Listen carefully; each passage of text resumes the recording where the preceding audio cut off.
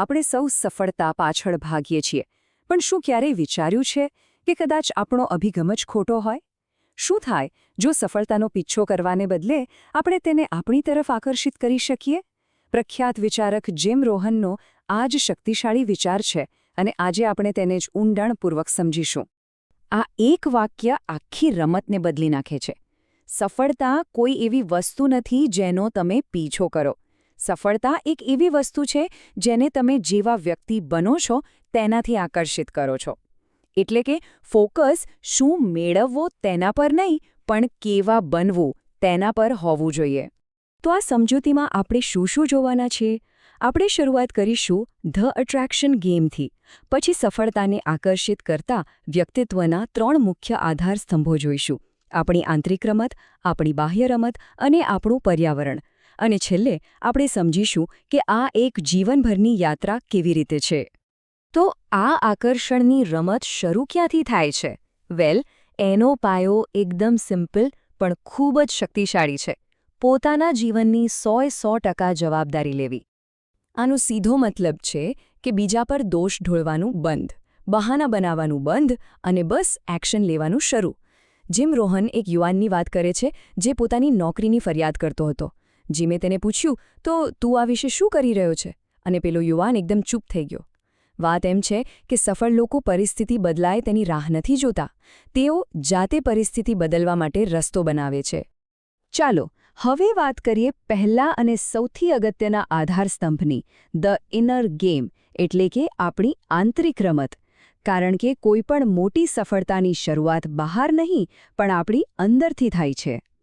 આ આપણી અંદરની રમત છે, જેમાં આપણો માઇન્ડસેટ, આપણો દૃષ્ટિકોણ એટલે કે એટીટ્યૂડ, આપણી પ્રામાણિકતા, આપણું સ્વાસ્થ્ય અને સેલ્ફ અવેરનેસ જેવી બાબતો આવે છે. ચાલો આ દરેકને જરા નજીકથી જોઈએ. ચાલો મનને એક બગીચાની જેમ વિચારીએ. જો એમાં નકારાત્મકતા, શંકા અને ડરના બીજ વાવીશું તો ઉગશે પણ એવું જ. પણ જો એ જ બગીચામાં સકારાત્મકતા, આત્મવિશ્વાસ અને શ્રદ્ધાના બીજ રોપીશું તો જીવન પણ એવું જ ખીલી ઉઠશે. સવાલ એ છે કે આપણે આપણા મનના બગીચામાં શું વાવી રહ્યા છીએ? આપણો દૃષ્ટિકોણ જ બધું નક્કી કરે છે. 2 શૂઝ સેલ્સમેનની આ ક્લાસિક વાર્તા જુઓ. એક જગ્યાએ જઈને પેલો કહે છે, અહીં તો કોઈ શૂઝ જ નથી પહેરતું, આપણું કામ નહીં થાય. જ્યારે બીજો ઉત્સાહથી કહે છે, અરે વાહ, જબરજસ્ત તક છે, અહીં તો દરેકને શૂઝની જરૂર છે. પરિસ્થિતિ એક જ હતી, પણ દૃષ્ટિકોણ અલગ તો પરિણામ પણ અલગ જ હોવાનું. અને હવે વાત કરીએ પ્રામાણિકતાની, એટલે કે જ્યારે કોઈ આપણને જોઈ રહ્યું ન હોય ત્યારે પણ સાચું કામ કરવું. આને કહેવાય ઇન્ટેગ્રિટી. અને જ્યારે ઇન્ટેગ્રિટી હોય ને ત્યારે જ વિશ્વાસ બને છે. અને યાદ રાખજો, વિશ્વાસ જ જીવન અને બિઝનેસની સૌથી મોટી કરન્સી છે. સારું, તો અંદરની ગેમ તો સેટ થઈ ગઈ, પણ હવે વાત આવે છે બહારની ગેમની, ધ આઉટર ગેમ. એટલે કે શિસ્ત સાથે કામ કરવું, એક્શન લેવો. કારણ કે સારા વિચારો ત્યારે જ કામના છે જ્યારે તેને અમલમાં મુકાય. તો આ બહારની રમતનો સૌથી મોટો ખેલાડી કોણ છે? એ છે શિસ્ત. શિસ્ત જ આપણા સપના અને હકીકત વચ્ચેનો પુલ છે. એ જ છે જે આપણી ઈચ્છાઓને વાસ્તવિકતામાં ફેરવે છે. આને આમ સમજો. આજે એક ઈંટ મૂકી, ભલે નાની લાગે, કાલે બીજી મૂકી. ધીમે ધીમે રોજ એક ઈંટ મૂકવાથી એક મજબૂત દિવાલ બને છે, અને સમય જતાંય દિવાલોથી એક આખું ઘર તૈયાર થઈ જાય છે. બસ સફળતાનું પણ આવું જ છે. એ રોજ લેવાતા નાના નાના પણ સતત પગલાઓનું જ પરિણામ છે. સ્ક્રીન પર આ નંબર જુઓ, 1009. જાણો છો આ શું છે? KFCના સ્થાપક કર્નલ સેન્ડર્સને તેમની પ્રખ્યાત ચિકન રેસિપી માટે આટલી બધી વાર ના સાંભળવી પડી હતી. તો દ્રઢતા એટલે ખાલી વારંવાર ટ્રાય કરવું એવું નથી. ના, એનો સાચો અર્થ છે દરેક નિષ્ફળતામાંથી કંઈક શીખવું, પોતાની પદ્ધતિમાં સુધારો કરવો અને પોતાના અંતિમ ધ્યેયને ક્યારે ન છોડવો. જરા વિચારો, જો કર્નલ સેન્ડર્સ 1000મી ના સાંભળીને હારી ગયા હોત તો? આ છે દ્રઢતાની અસલી તાકાત. હવે એક નાના પણ જબરદસ્ત પાવરફુલ આઈડિયાની વાત કરીએ. માત્ર 1%.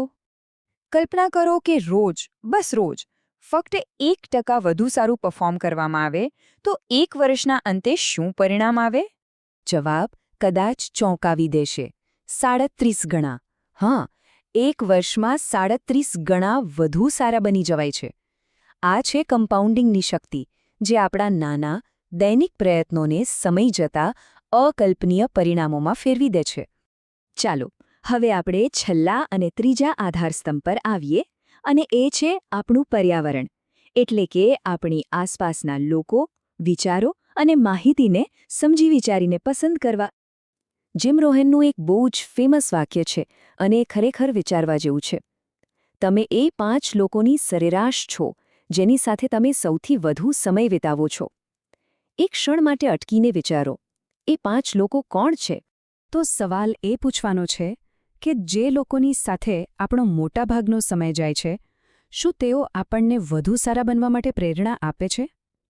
એવા માર્ગદર્શકો અને મિત્રો શોધો જે આપણને ઉપર ઉઠાવે, નીચે ન ખેંચે, કારણ કે સાચી સંગત જ આપણને ઊંચાઈઓ પર લઈ જઈ શકે છે. પર્યાવરણમાં ખાલી લોકો જ નહીં, શિક્ષણ પણ આવે છે. પણ અહીં 2 પ્રકારના શિક્ષણની વાત છે. ફોર્મલ એજ્યુકેશન એટલે કે સ્કૂલ, કોલેજનું ભણતર, એ આપણને ગુજરાન ચલાવતા શીખવશે. પણ સેલ્ફ એજ્યુકેશન એટલે કે પુસ્તકો, સેમિનાર અને અનુભવોમાંથી જાતે શીખવું, એ આપણને સંપત્તિવાન બનાવશે. સફળ લોકો ક્યારેય શીખવાનું બંધ નથી કરતા. તો આ 3 આધારસ્તંભોને સમજ્યા પછી આપણે એક મુખ્ય વાત પર આવીએ છીએ. સફળતા કોઈ મંઝિલ નથી. એ કોઈ એવી જગ્યા નથી જ્યાં પહોંચી જવાનું છે. એ તો સતત ચાલતી બનવાની યાત્રા છે. યાદ રાખવા જેવી વાત એ છે કે આ કોઈ એક દિવસનું કામ નથી. આ તો એક આખી જિંદગીની પ્રોસેસ છે. હંમેશા જિજ્ઞાસુ રહેવું, નવા પડકારો શોધતા રહેવું, પોતાના કમ્ફર્ટ ઝોનમાંથી બહાર નીકળવું, દરેક નાના મોટા અનુભવમાંથી શીખવું અને સૌથી અગત્યનું, ક્યારેય વિકાસ કરવાનું બંધ ન કરવું. તો છેલ્લે વાત એ જ છે કે સફળતા મેળવવાની નથી, પણ બનવાની પ્રક્રિયા છે. આ સફળ બનવાની છે. તો અંતિમ પ્રશ્ન એ જ છે કે આપણે શું બનવાનું પસંદ કરીશું?